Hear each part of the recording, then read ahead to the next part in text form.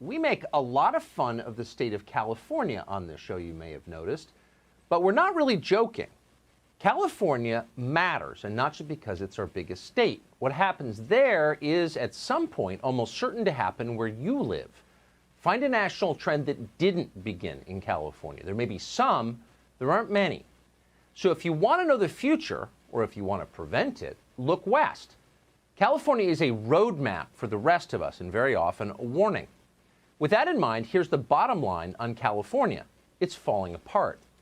Over the course of just the last several decades, California has gone from one of the richest places in the world to the poorest state in our country. More than a third of California's population now hovers around the poverty line.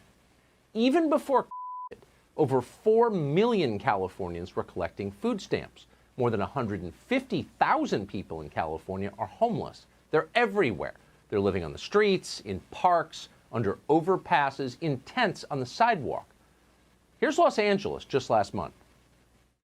The homeless crisis in Los Angeles is getting worse, locals say, with some encampments so big, residents call them McMansion tents. They're driving away businesses too, many of which are already struggling financially because of the pandemic. This comes as the city sees a spike in violence, with a 32% increase in shootings since last year.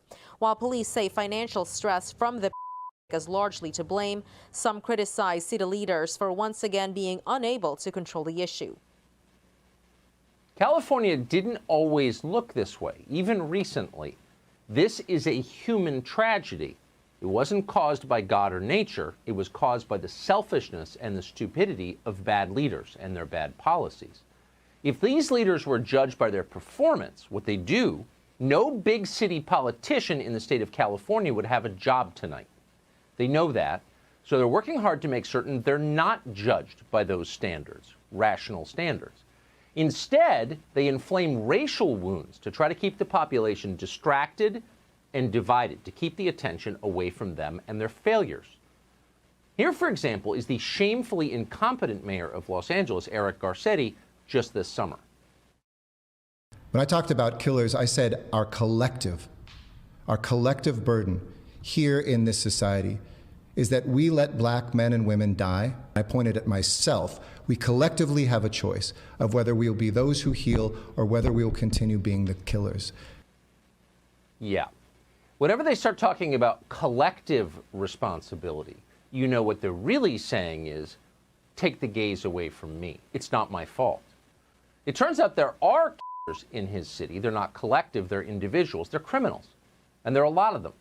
Under Eric Garcetti, crime in Los Angeles has skyrocketed, and many innocent people have died as the result of that. But he's not mourning them. He's not giving speeches in their memory or apologizing for the policies he supported that led to their deaths. And neither, by the way, is the city's new head prosecutor, a man called George Gascon. Gascon was elected with the backing of George Soros. Soros was the single largest donor to his campaign. He wouldn't be the district attorney without George Soros. And so George Gascon has, from his very first day in office, done the bidding of his backer, Soros. He's now announced he will be using the pretext of to release still more criminals into the city of Los Angeles. Watch.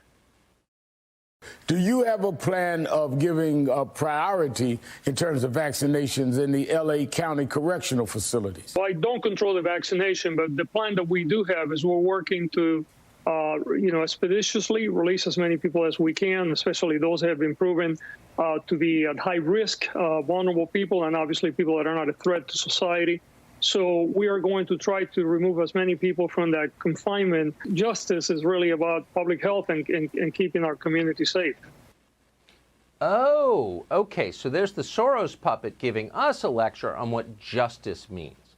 Justice is not punishing the guilty, keeping the dangerous away from your children. It's not about enforcing laws. No, justice is making certain that criminals get critical government services before you do, before your parents do. And that right there, that piece of tape and the attitude behind it distills the emerging politics of California. Politics that you should be deeply afraid of, because when they come to your town, they'll wreck your life. And if we were to put it in one sentence, it's this: those who contribute the least get the most. Got it? But don't you dare complain about it. Shut up and hate yourself in silence. That's an order. Meanwhile, California's elected leaders divide the spoils. That's their job, taking what other people built, giving it to themselves and to their supporters. And they divide the spoils, as is now official policy in the state of California, in the most divisive, immoral possible way, along lines of color. Here's Congresswoman Maxine Waters explaining what kind of person Governor Gavin Newsom should pick to replace Kamala Harris in the United States Senate. He has a decision that he has to make, and I think that it will be a black woman. I think he understands that, when Kamala Harris leaves, the Senate, that's only one black woman who was serving, and certainly it would be, unfair not to have at least another black woman replace her. This really is the high point of stupidity in this country's history. Who cares what color your senators are? Who cares what gender they are? You want good government. You want wise, competent people in charge of the country. But that's not what you're getting, because those aren't the criteria. In the end, you should know, the governor of California, Gavin Newsom, appointed a man called Alex Padilla to replace Kamala Harris in the Senate. And when he did, no one debated whether Padilla might be a good senator, whether he might improve the schools or lower the cost of housing or bring jobs back. Instead, they argued about his race. That was the only thing they cared about. Here's the mayor of San Francisco, London Breed, who, by the way, is an utter buffoon, most famous not for improving San Francisco, but for defying her own lockdown orders in order to dine at the French Laundry in Napa.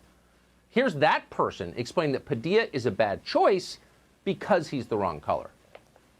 When you think about the history of this country and the challenges that exist for African Americans, especially African American women in the Senate, definitely this is a real, blow to the African American community, to African American women, to women in general. It was definitely a surprise, and it's an unfortunate situation as we are trying to move this country forward and making sure that Black lives truly matter.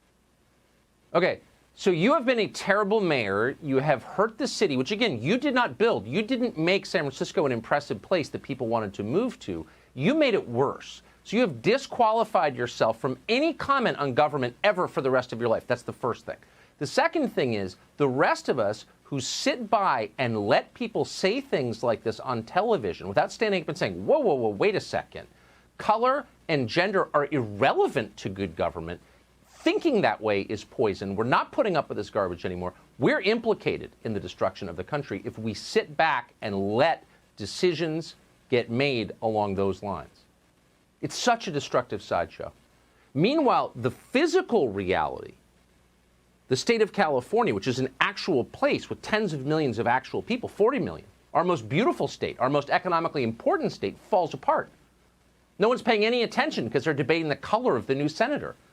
But the electrical grid is failing. The power flickers on and off like a third world country. The state's forests are so mismanaged they keep catching fire and burning uncontrollably.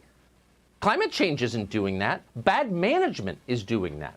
Women, we care about women, really, because women can't jog in public parks for fear of being attacked by the mentally ill homeless. Does anyone care about them? No. And for the privilege of all of this, for living in a state that's literally collapsing around them, the residents of California pay the highest, the most burdensome taxes in the country. So guess what people who can are doing? You know the answer, they're leaving. California's largest export used to be advanced aerospace products. That was the economy of Southern California, that and the movies. They're all gone now. Now the state's main export is population. More than 40% of Bay Area residents tell pollsters they want to leave. Really? And that's one of the happiest places in the state. And it's no wonder the average rent price on a one-bedroom apartment in San Francisco fell 20% in the last year. Why is that? Because no one wants to live there. The most recent estimates show that California lost more than 135,000 people in the last year. Among those people, by the way, is Kamala Harris. She's in Washington now, your capital, and she's bringing California-style governance to the rest of us. You should pay attention.